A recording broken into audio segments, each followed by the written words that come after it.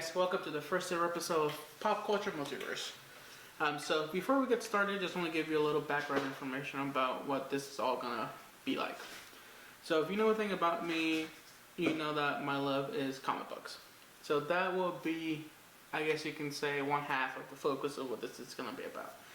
The other half is gonna consist of the other things that I enjoy, whether it's Star Wars, wrestling, anime, maybe some Harry Potter here and there, just that sort of stuff. And it's just gonna be me talking about all the new news, whether it's about comics, video games, movies, TV shows, anything like that, anything of that nature. I will be talking about it, as well as some other things. Have some other ideas brewing about maybe combining some food stuff with, while talking, having some contest about who has the better food, that kind of stuff, because I've been wanting to do this for a while, and it's about time that I start doing it, and what better time than today. So, the first topic I want to talk about is the new Spider-Man Miles Morales game that they just announced for later this holiday season. So, the first thing I want to talk about is that I'm glad it's not just a DLC. I believe Miles Morales, it's finally his time to shine. In the last couple of years, we have seen his character grow in popularity as far as people knowing about him and wanting to know more about him. He was introduced in the first Spider-Man game from PlayStation 4, which I highly suggest to check out if you haven't. And as well as the award-winning Spider-Man Spider-Verse movie, which was amazing, and I cannot wait for the sequel.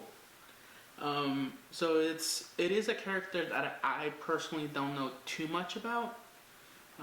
I do know some little bits here and there just from reading comics that feature him in it. But I think it's going to be a good dynamic to show. Because while he might be a little bit like Peter, he couldn't be any more different.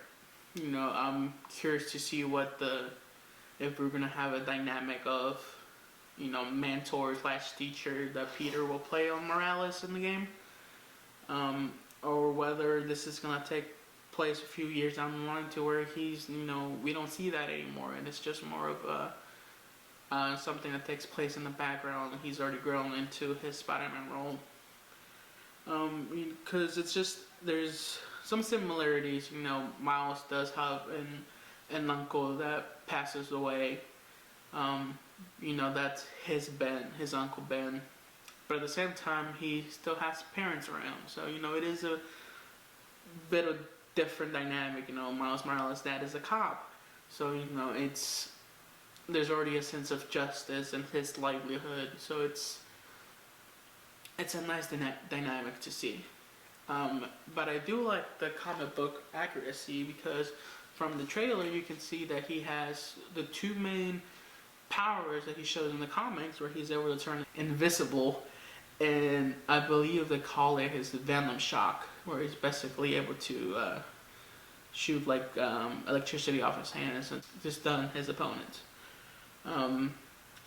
So I do like that they're sticking to the core material and to the comics, because I think that's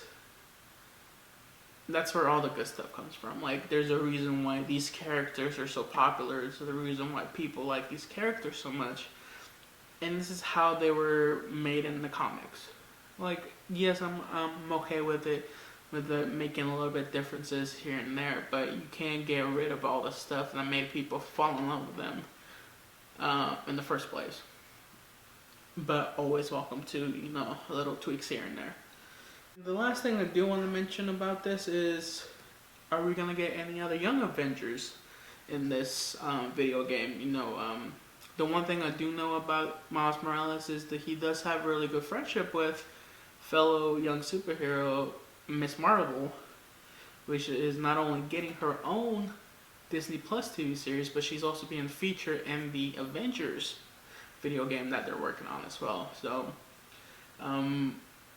I personally don't remember if it was said that if the Spider-Man games and the Avengers games are gonna be, intertwined, or they're just gonna be completely separate.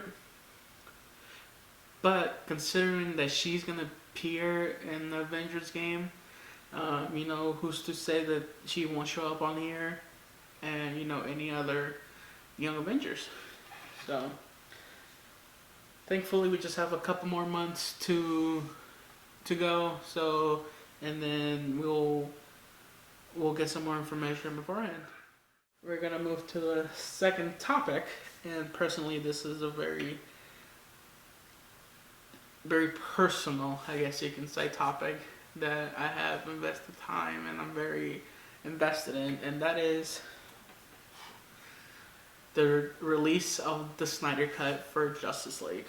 Now, I am a little bummed that it's not going to come out till next year, but I'm also excited that Warner Brothers is putting $30 million towards this. $30 million, let me say that again, for a movie that we thought would never see the light of day. $30 million. Now, I'm hoping that's not all going to be towards Superman's mustache that should not be named. So, the main thing is it going to live up to the hype? There's been petitions, billboard signs, Twitter hashtags, leaks from Zack Snyder himself or other actors and actresses that have seen the movie so far. So it's just, there's so much hype built up around it. I'm excited but also fearful because there was also a lot of hype to the normal Justice League cut. But I know a lot of it was cut due to some, sad events in Zack's life and his wife's life. So I'm hoping that we get to see his true cut and also just be able to get the movie that we deserve, because from everything that's been released, everything that we've seen, we were supposed to get such a bigger picture. It was supposed to be teasing time travel, teasing the bad Superman, Darkseid, Green Lanterns. Lois is not, her death was kind of mentioned in Batman vs Superman, which also goes along with the time travel with Flash running back in time. So it's just like there were so many untouched elements from previous movies that need to be answered, and hopefully we will get those answers. Let's see here. Another thing that I hold very personal to this is the soundtrack. My favorite soundtrack of all time is Man of Steel. I used to listen to it when I went to sleep. And then you got the Batman vs Superman, which was just as amazing. But then we get this Justice League soundtrack, sorry. And it just doesn't, it's not on the same level. So I'm hoping, and I read this the other day, the original composer, I believe his name is Junkie XL, sorry if I don't say that right. He's the one who worked with Hans Zimmer to make the Batman vs Superman, and he was supposed to be the one who made the soundtrack for the Justice League movie. However, with all the reshoots and then they bringing in Josh Whedon into the fold, they went with someone else. So I'm hoping that we also get that soundtrack, because the work he did with Hans Zimmer on Batman vs Superman was just amazing, and I would, you can sense the style go from Man of Steel to Batman vs Superman, and I like just with like the Avengers movie, you can hear the same amount of music. It just just with anything, the Star Wars, Harry Potter, Lord of the Rings, they all go with a flow. However, with Justice League, it was just like, from a movie that had two movies prior that are intertwined, it just doesn't sync at all. And one of the things I'm really curious to see is the rumors, I guess rumors and confirmations that Martian Manhunter was a part of the plan all along. And Martian Manhunter was played by the General, which makes sense as to why he was always so supportive of Superman and always trying to help Lois out with the story. So that would be very interesting to see, as well as any other cameos that sadly were taken away from us, whether it's from a certain Air Force pilot that should not be named, not to jinx it, or any other Marine or Baltimore cop or artist that wears a certain color. But try not to jinx it, but founding member of the Justice League. But we'll see. We'll see what it does and whether or not the 4-hour runtime is true. Now, don't get me wrong, I love a long movie. I love watching long movies. But 4 hours, the fact that there's a rumor that it might be 4 hours just tells me how much we're missing. How much of the picture we're missing. Of the big picture of all the setup that's supposed to happen for Justice League 2. That was the first idea that was being passed around. It's supposed to be a Justice League 1, and they were filming it back to back. It's supposed to be like Avengers. It's to be filming back to back and then coming out a year apart. So, we have a lot of stuff to look forward to, a lot of stuff that we're going to talk about here.